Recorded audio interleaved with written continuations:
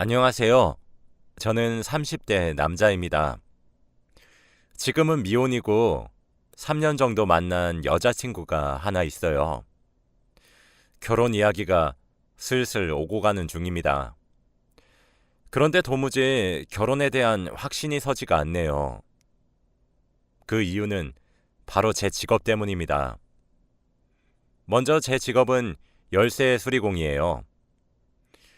저희 아버지 때부터 하셨었던 일이고 지금은 제가 물려받아서 일을 하고 있습니다. 시대가 발빠르게 변하면서 열쇠뿐만 아니라 도어락도 함께 다루고 있죠. 설치부터 잠금 장치를 여는 것과 수리까지 정말 모든 것을 다 하고 있습니다.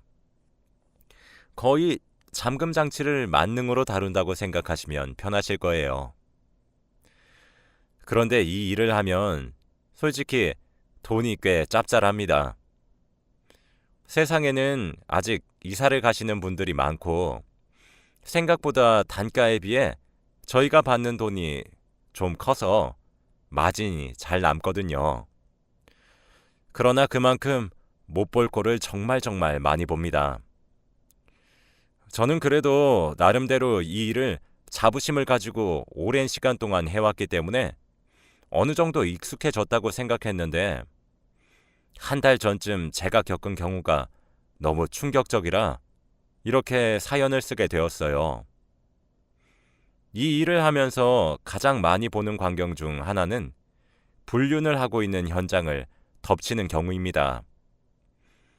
제가 약 한 달 전쯤 목격했었다던 그 이야기를 오늘 해드리려고 해요. 그날따라 미세먼지도 없이 정말 밝고 화창한 날이었습니다. 출근하는데 촉이 딱 오더라고요. 오늘 왠지 돈을 많이 벌 것 같다. 이런 느낌이요. 룰루랄라 출근을 했죠. 그런데 아니나 다를까 오전 11시가 되었는데 바로 출장건이 하나 잡히는 거 아니겠어요? 여기 슈퍼협 아파트 110동으로 언제까지 오실 수 있어요? 라는 전화를 받았어요. 상대방은 여자인 것처럼 보였죠. 지금 바로 출발하면 한 25분 정도 걸립니다. 설치 때문에 전화 주신 건가요? 라고 대답했어요. 아니에요. 문을 따야 될 것 같아서 연락드린 거예요. 하시는 거예요. 그래서 제가 예, 알겠습니다.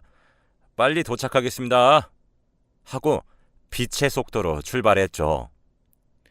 상대방께서 말한 주소는 또 부자들이 사는 아파트이기도 해서 통 크신 분들은 고생이 많다고 하시면서 팁도 주시고 그러시거든요. 여자분께서 말씀하신 주소에 도착했는데도 로비에 보이시질 않더라고요. 보통 고객님들은 상세 주소를 말씀해 주시고 현관문 바로 앞에서 기다리시거나 상세 주소를 말씀하지 않으신 경우에는 찾기 쉽게 로비에서 기다리시거든요. 그래서 다시 전화를 걸어 어디시냐 물었더니 저더러 죄송한데 지하 2층에 있는 주차장으로 오실 수 있으신가요? 하더라고요. 보통 흔한 경우가 아니라서 엥? 하며 의아했지만 제 입은 착실하게 예, 알겠습니다. 곧 뵙겠습니다. 하고 지하 주차장으로 향했습니다. 지하 주차장으로 내려가니 비상 깜빡이를 킨 하얀색 소나타 승용차가 하나 보였어요. 저 차구나 싶더라고요. 차주로 보이는 여성분도 제가 몰고 있는 승용차에 붙어있는 저희 가게 이름 스티커를 본 건지 차에서 내리셨죠. 저는 밝게 웃으며 안녕하십니까 하고 인사를 하려고 했었는데 여자분의 얼굴이 아주 엉망인 겁니다. 코는 빨갛게 되어 있었고 목소리는 잠겨 있었고 얼굴은 시뻘개져 있었고 눈은 부어 있었죠. 누가 봐도 오열하고 난 사람의 얼굴이었습니다. 얼마나 엉엉 우셨던 건지 얼굴에 실핏줄이 다 터져 있더라고요.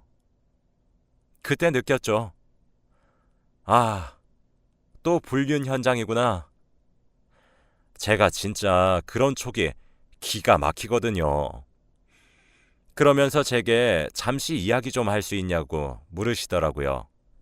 차에 구비되어 있는 물티슈랑 휴지를 쥐어주고 말씀해보시라 이야기를 하니 진짜 이야기가 가관이더라고요. 편의상 아내분과 남편분이라고 지칭하겠습니다. 먼저 두 분이서 결혼을 하셨는데 남편분의 집안이 많이 기우는 쪽이었다고 해요. 홀어머니를 모시고 있고 밑에 동생도 줄줄이 딸려 있었다고 하더군요. 그런데 마음씨가 너무 착했고 심지가 고든 사람이라 생각해서 아내분 쪽의 집안에 반대를 무릅쓰고 결혼을 강행했대요. 아내분도 솔직히 관리를 잘해서 그런지 30대 초중반 정도로밖에 보이지 않았습니다. 아내분의 직업도 의사셨어요.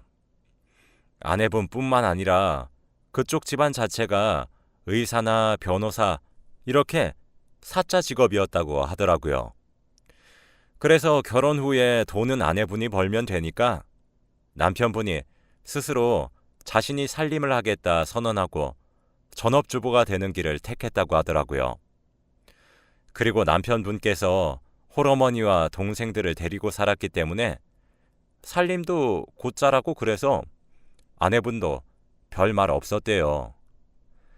아내분 집안에서도 몇 푼 되지도 않은 돈 벌겠다고 밖으로 나다니는 것보다 집안에서 살림하는 것이 몇 배 낫겠다고 좋아하셨다고 하더라고요. 그렇게 부잣집 사모님처럼 남편분께서 살림을 하시면서 취미 생활도 함께 즐기곤 하셨나 보더라고요. 아내분은 종종 학회도 나간다고 하셨습니다. 이번에도 학회에 가셨다 돌아오는 길이었다고 해요. 근데 오늘 사단이 난 거죠. 남편이 원래 수상한 낌새가 있긴 했대요.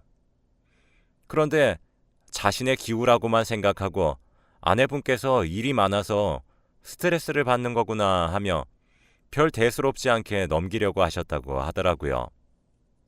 그런데 이번 학회에 가는 길에 몸 상태가 너무 좋지 않았대요.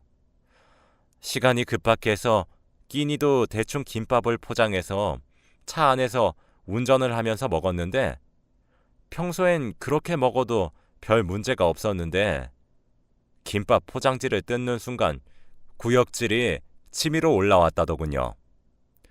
차에서 바로 내린 뒤 개워내려고 했는데 내용물은 없고 헛구역질만 했나 봅니다. 아내분께서 그때 생각을 해보니까 여자라면 매달 찾아오는 그날을 건너뛰었단 것을 알게 되신 거죠. 급하게 약국에 가서 임신 테스트기를 사서 근처 화장실로 뛰어들어가 테스트를 해보니 임신이었던 거였어요. 아내분은 근데 지금 학회를 가야 되니까 갔다 와서 남편에게 말해야지 생각만 하고 있었다고 합니다. 그러면서 학회를 하는 지역으로 출발하고 있었는데 그때 모르는 번호로 누군가 전화를 걸어왔다고 하더라고요. 전화 내용은 남편이 타고 다니는 자동차의 번호를 부르면서 타이어가 펑크가 나 있다고 하더래요. 신혼집의 주소니까 아내분은 아, 그러시냐 하고 남편에게 전해주려고 전화를 걸었는데 그때 남편이 아내분께 나 지금 엄마랑 동생들 데리고 있어서 전화 오래 못할 것 같은데 라고 말을 했다는 거예요. 아내분은 그때 속으로 이 사람이 왜 거짓말을 하지? 라고 생각했대요. 일단 별말 없이 전화를 끊은 뒤에 시댁에다 전화를 걸었더니 아니나 다를까 시어머니는 친구들을 만나러 왔는데 갑자기 웬일로 전화를 건 거냐고 반갑게 전화를 받으셨다는 겁니다. 그래서 학회고 나발이고 다 떠나서 바로 차를 돌려서 신혼집 주소로 돌아왔대요. 어이도 없고 화도 나서 손이 벌벌 떨렸다더라고요. 그런데 문틈으로 기가 막힌 소리들이 새어나왔다고 합니다. 누가 들어도 온갖 해괴한 소리 등등 듣는 내내 기가 막히더라고요. 너무 화가 나서 당장 문을 열고 들어가서 욕을 한 바가지 하고 싶어서 비밀번호를 누르고 문을 열려고 했다고 해요. 그런데 도어락에 비밀번호를 치니까 글쎄 그 도어락에서 비밀번호가 틀렸습니다. 이런 안내 문구가 나왔다는 거예요. 3번이나 비밀번호를 눌렀는데도 안 열려서 가방에 들고 다니던 카드키로도 문을 열려고 했는데 카드키로도 열리지가 않았던 겁니다. 그래서 저희 가게에 전화를 주신 거였죠. 보통 그런 경우에서는 집 안쪽에서 이중 잠금을 해버리면 밖에서 번호를 누르든 카드키로 열려고 시도를 하든 전부 안 통하거든요. 그래서 밖에서 이중 잠금이 되어 있는 문을 열려고 하면 밖에서는 드릴로 도어락을 풀어야 합니다. 와, 진짜 주차장에 엉엉 우시면서 하소연을 하는데 제가 무슨 말을 어떻게 하겠나요? 그냥 휴지나 건네고 있었죠. 그래도 저희가 문을 뚫으려고 하면 그게 본인 집이란 것을 먼저 확인하고 뚫는 절차가 있거든요. 그래서 본인 주소가 맞는지 확인한다고 신분증 좀 보자고 했는데 진짜 집도 아내분이 결혼할 때 해온 집이었고 아내분께서 타고 다니는 차랑 남편분께서 타고 다니는 차 2대 모두 아내분 명의였던 거였습니다. 진짜 짐승도 이 정도는 안 하겠다 싶었네요. 문 따는데 얼마나 걸리겠냐고 물어보시더라고요. 그래서 매일 하는 일이라 진짜 얼마 걸리지 않습니다. 했죠. 함께 엘리베이터를 타고 올라가는 길에 아내분께서는 휴대폰을 꺼내 동영상을 켜시더라고요. 아내분이 사시는 34층에 도달하면 도달할수록 아내분의 표정엔 살기가 넘치고 진짜 무서웠습니다. 하긴 그 심정을 세상 그 누가 알겠어요. 얘기를 들어보니까 결혼한 지 몇 년 되지도 않아서 아직 신혼을 즐겨도 될 것 같은 시기던데 심지어 아이를 임신했다는 사실을 알게 된 오늘 남편의 불륜까지 알게 되었으니 속이 얼마나 문드러질지 가늠도 되지 않더라고요. 저는 제발 그 짓이 끝나 있길 빌었습니다. 임신 초기인 아내분의 심신 안정을 위해서 말이에요. 엘리베이터는 빠르게 도착했고 아내분의 집 현관문 앞에도 도착했습니다. 아내분께서는 문에 귀를 대더니 정말 사색이 되시더라고요. 사실 문에 귀를 대지 않아도 옅게 들렸습니다. 집안에서 새어나오는 소리가 말이에요. 아내분은 누가 봐도 분노를 걷잡을 수 없는 표정이었고 저보고 잠시만 조용히 해달라고 하더니 그 새어나오는 소리들을 녹음하시더라고요. 한 2분 정도 녹음을 하고 난 뒤 제게 빨리 문을 따달라고 하셨습니다. 맨날 하는 일이니까 솔직히 30초도 안 걸리거든요. 사실 아내분께서 비밀번호도 3번이나 치시고 카드키까지 갖다 대었는데 왜 안쪽에서 반응이 없었나 신기하게 느껴졌었는데 보통 40평대 후반부터는 현관문 쪽에 중문이 따로 있더라고요. 현관 자체도 넓고요. 유리창을 중간에 넣은 나무문이 있어서 그런지 소리를 못 들었나 보더군요. 물론 제가 도어락을 떼는 소리도 함께 못 들었을 거고요. 현관문을 여니까 동네가 떠나가라 소리가 나고 있는데 옆에 계시던 아내분께서는 총알처럼 튀어나가 동영상을 찍으면서 성큼성큼 집 안으로 들어가시더라고요. 그 소리에 인기척이 느껴졌는지 아내분께서 집 안으로 들어가시고 1분도 채 되지 않아 여자의 비명소리, 남자의 당황해서 당신이 지금 어떻게 여기 있냐는 소리와 멍청하게도 분명 비밀번호도 바꾸고 이중 잠금도 해놨는데? 라고 중얼거리는데 아내분께서 자지러지듯 소리를 지르며 진짜 듣기도 상스러울 정도로 쌍욕을 퍼부으셨습니다. 현관문에 혼자 서 있는데 집안에서 나오는 그 개판 5분 전인 소리를 들으니까 오도 가도 못하겠더라고요. 게다가 저는 지금 아내분께서 임신 중이란 사실을 알고 있잖아요. 이미 집으로 오는 순간부터 위태로워 보이셨는데 잘못되는 것은 아닐까 걱정스럽더라고요. 고민을 하다가 에라 모르겠다 심정으로 말리기 위해 저도 아내분이 간 곳으로 따라 들어갔는데 세상에 남편의 상대 여자는 소파 뒤에 웅크리면서 숨으려고 노력하고 있고 남편분으로 추정되는 놈은 임신 초기인 아내의 손목을 잡고 휴대폰을 뺏으려고 하고 있고 눈앞엔 지옥이 펼쳐져 있었습니다.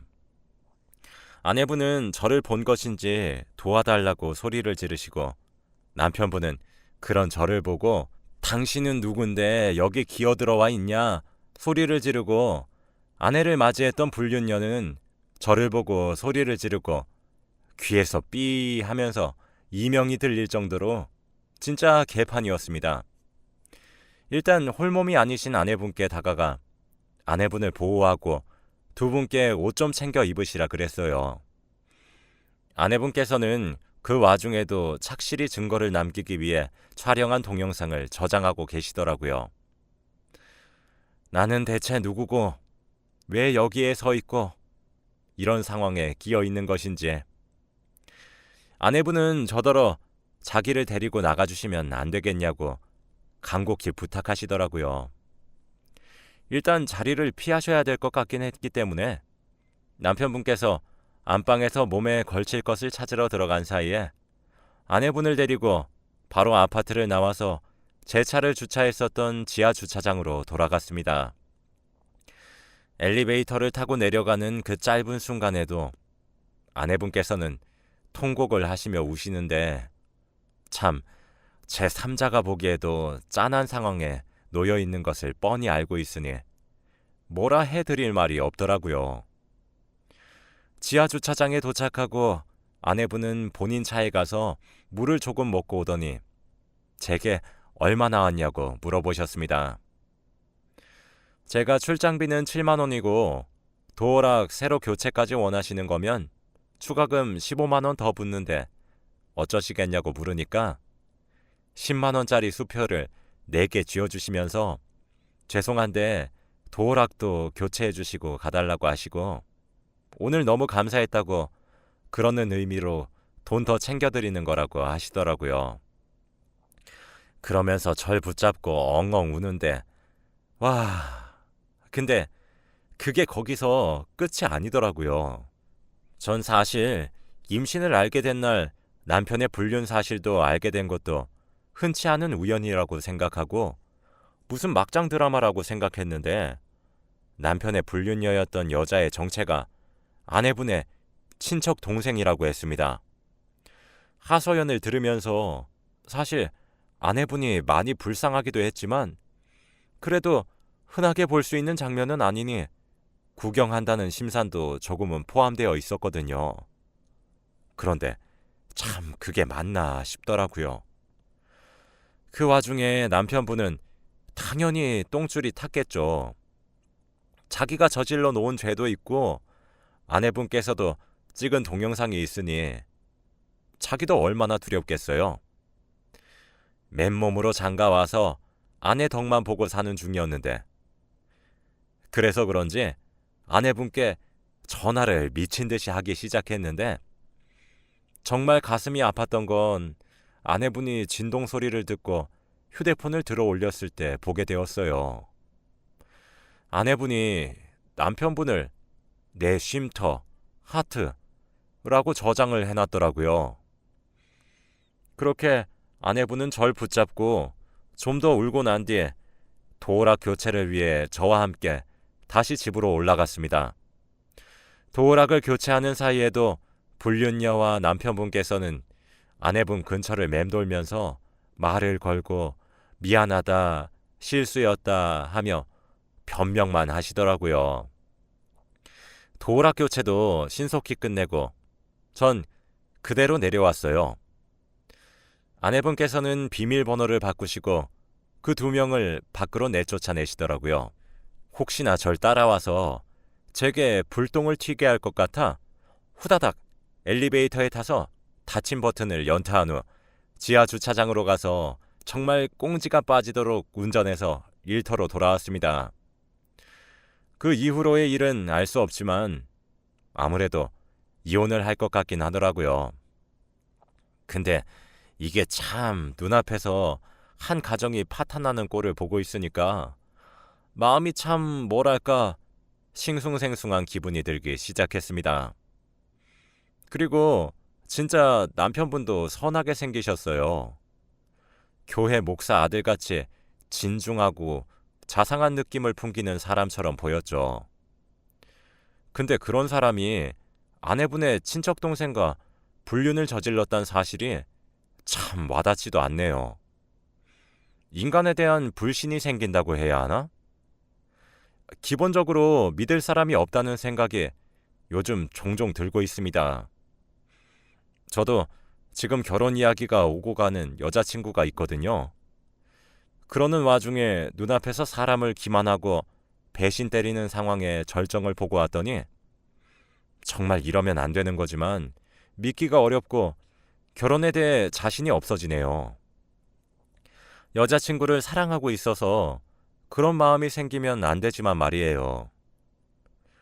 솔직히 그 아내분도 사랑 하나만 보고 다른 나머지의 조건을 안 본 거잖아요. 전 진짜 제게 하소연을 하셨던 아내분의 말들 중에 자기가 돈으로 좋은 사람 하나를 버려놨다라고 말씀을 하시면서 우시는 모습이 아직도 눈앞에 생생할 정도로 기억에 남습니다. 돈은 물론 평소와 다르게 2배에 가까운 큰 돈을 벌었지만 남의 치부를 훔쳐본 대가로 받은 것만 같아 찝찝하기도 합니다. 저는 정말 불륜이 없는 세상에서 살고 싶어요. 그런 짓이 해로운 것을 누구나 다 알면서 왜 그렇게 못 즐겨서 안달인 건지. 사랑이 죄는 아니지만 그렇다고 해서 불건전한 관계가 정상인 것은 아니잖아요.